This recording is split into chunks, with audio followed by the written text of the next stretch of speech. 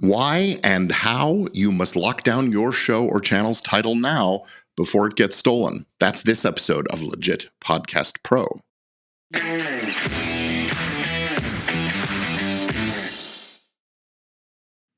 Well, hey, everybody, welcome back to Legit Podcast Pro, the show that takes you behind the scenes of podcasting to explore the legal, the ethical, the business, the practical aspects that shape this ever-growing industry.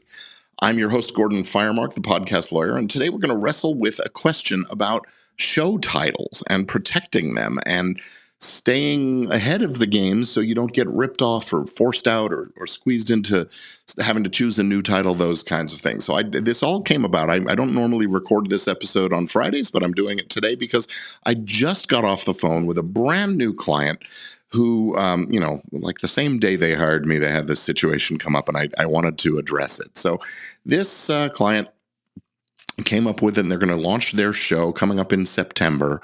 And they're all excited. They've got a cool title. They've got a cool concept behind it.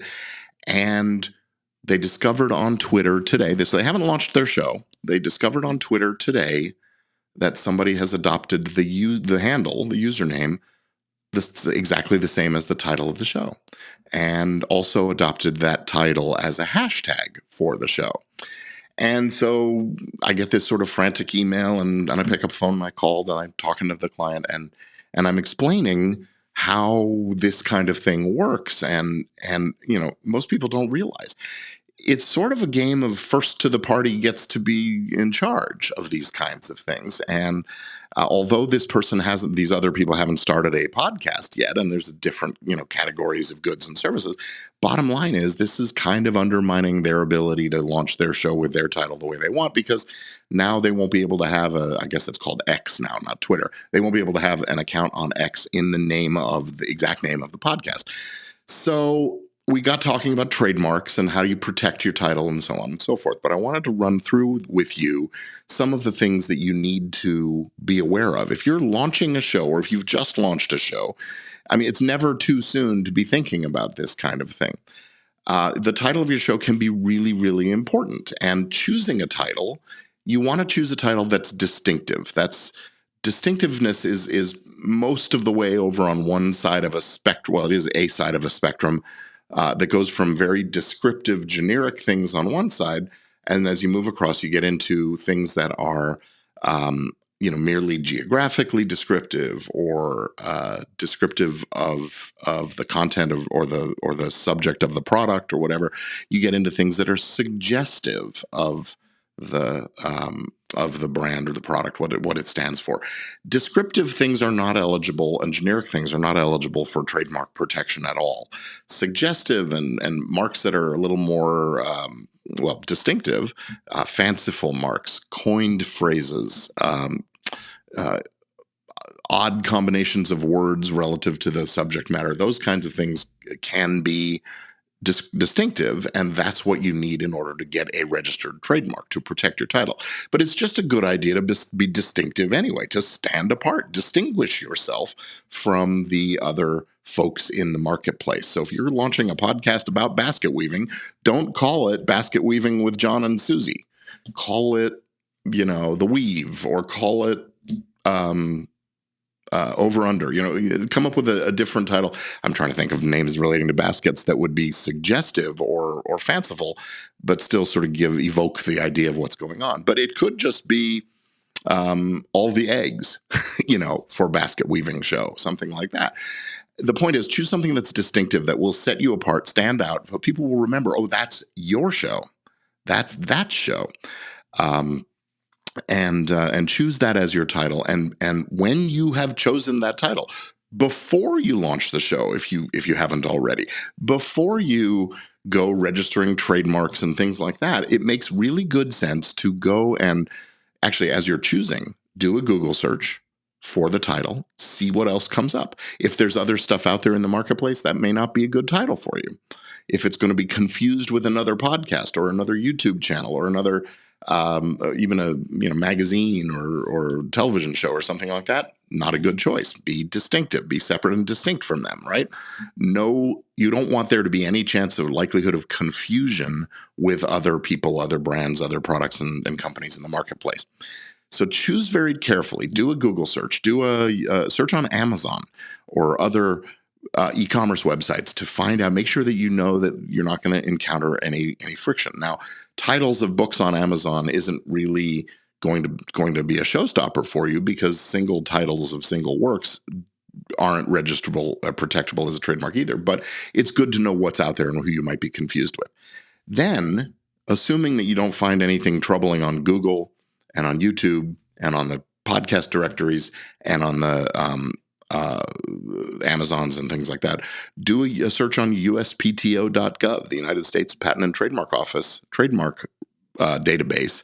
You can search by title and find out what's there too. You may find a long list of similar, or you may find nothing.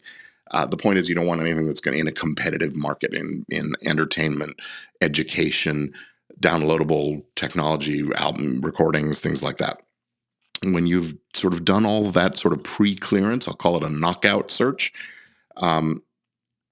What I would recommend, actually, call me, call someone like me. Let's get a trademark registration underway. Even if you haven't launched the show, I'm going to get into that in a minute, but get a hold of me and let's get started. But while you're doing all that, it really makes good sense to go on all the social media sites, go on all the video sites, the TikToks, the Twitches, the Kicks, the YouTubes, all those kind of sites, anywhere where you can open an account in the name of that title. So you probably start with opening a free email account, a Gmail or something like that, just to use as the contact place for these registrations with all these various services. Now, it may seem like it's a big hassle, but you're going to use these services, that you're going to use these accounts to promote the show at some point and do the podcast marketing anyway. I would also recommend registering domain names. And this took this client by surprise today. I suggested, hey, get on there and register not just the exact title, but add the word podcast at the end. So if it's the basket weaving podcast, call it basketweavingpodcast.com and .fm and .tv or .org. Registered domain names. Domain names are inexpensive. It's $15 or so per year per domain name, and it makes sense to sort of circle the wagons around your podcast with all the possible domains that might be confusing, that someone else who wants to compete with you might grab to try to divert traffic, right? I mean, there are laws against that, but you just want to nip that in the bud as early as possible. And at a cost of $15 a year for each of those, you could register 10 of them and have pretty good protection. So register your domain name .com, .org, .fm, .tv, whatever, maybe .org isn't right, but you get my point. Then get the lawyers involved in the trademark registration. I'm going to do a quick ad and then I'll be right back. This episode is brought to you by Easy Legal Forms and Templates for Podcasters. If you're a legit podcast pro, you want to protect your intellectual property and ensure that content is used appropriately. Easy Legal Forms and Templates for Podcasters can help.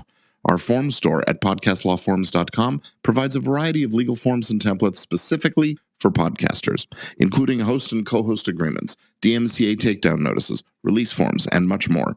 With these easy downloadable templates, you can customize the forms you need in just minutes.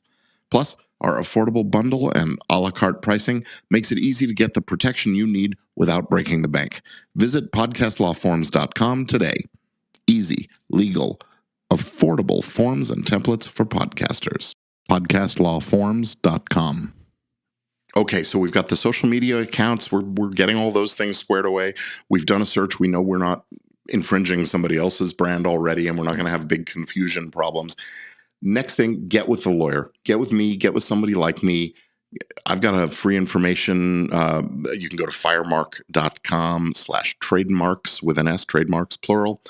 And on there, you can even click to book a free consultation with me about your trademark registration.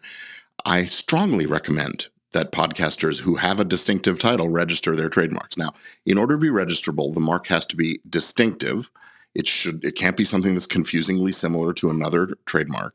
And it has to be in use in interstate commerce. And for podcasting, that means you've got episodes out. If it's a YouTube channel, you've got videos posted on YouTube under this channel name. But that shouldn't stop us from moving forward. If you're going to be launching your show within the next month or 2 months or even 6 months, let's file a registration under the intent to use category of trademark. And that gets you in line first to register that title. I'll tell you, one of the big mistakes that I've seen is people wait too long on this. My good friend and client, I'm not going to give his name, has a very distinctive podcast title. He's been doing his show for 15 years or more. And when he came to me a couple of years ago now actually it's been 17, 18 years now, when he came to me to register his trademark, we discovered that actually, just as we were moving forward, someone else had started up a podcast with a very similar title using the same buzzword, different order of words, but basically the same title, confusing title. So we reached out to them and, tried to put a stop to it that way. And they weren't listening to that. We then proposed that let's coexist. We'll figure it out. They didn't want to hear too much about that. Their registration, and my client got to a point where he wasn't able to attend things because of some personal matters, and eventually their registration was approved. And ours, which was filed after theirs, got suspended while we're waiting. They're approved on this intent to use basis, and that means that our registration, even though we started the podcast first, my client's show's been around a long time, he was the first to use that brand. He's supposed to win in these situations, but until their registration is finalized by them launching their show, which hasn't happened now for 3 years or more, we can't do anything. We can't get the trademark office to hear our petition to cancel the trademark or anything. So it really has held him up from protecting his brand. So don't wait. Start early on this.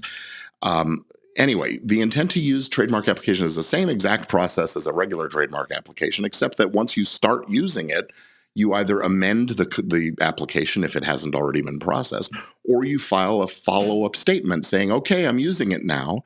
And that use in commerce is what triggers the the registration to happen.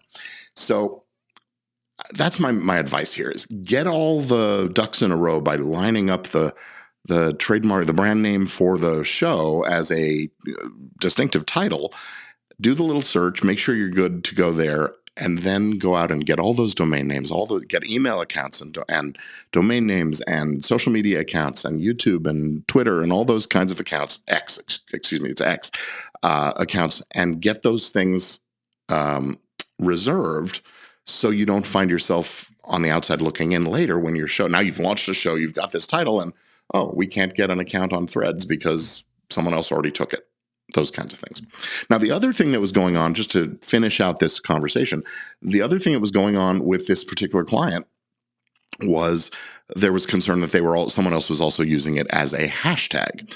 And unfortunately, if you don't own a registered trademark, if you don't have hashtag isn't really property.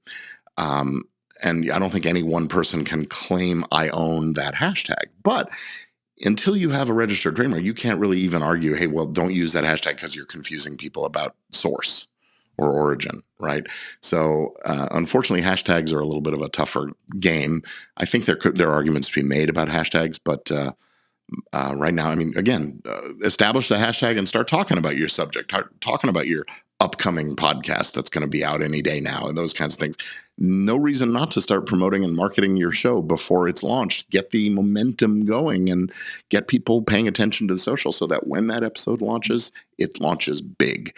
That's another way to use these things to your benefit. But just don't get stuck in the situation of waiting so long that you find that your title is no longer available. You get excited about something, do the things, get it moving. It's like in the old days, you're starting a business, you come up with a good name, you get the business cards printed right away. This is similar to that. Get the social media accounts established. Now, trademark registration is not super cheap. I will be the first to tell you, you're going to pay me or a lawyer like me some money to do it. But it's a lot less expensive than rebranding later on after you've already launched if you find out there's a problem. And it is a good form of protection for your show title as a brand. And it will serve you very well for a very, very long time. So if you'd like to get more information about how to register a trademark for your show title, if you want other advice along the lines of selecting your brand, I can help you with that. I can do some of that preliminary knockout searching that I was talking about. And let's get you on the road to a great title and a great show. And by the way, if you've launched your show already, it's not too late. Let's get these things happening so that nobody comes along and adopts a name similar to yours after the fact. That's just as bad because it dilutes the value of your title with your audience and potential future audience.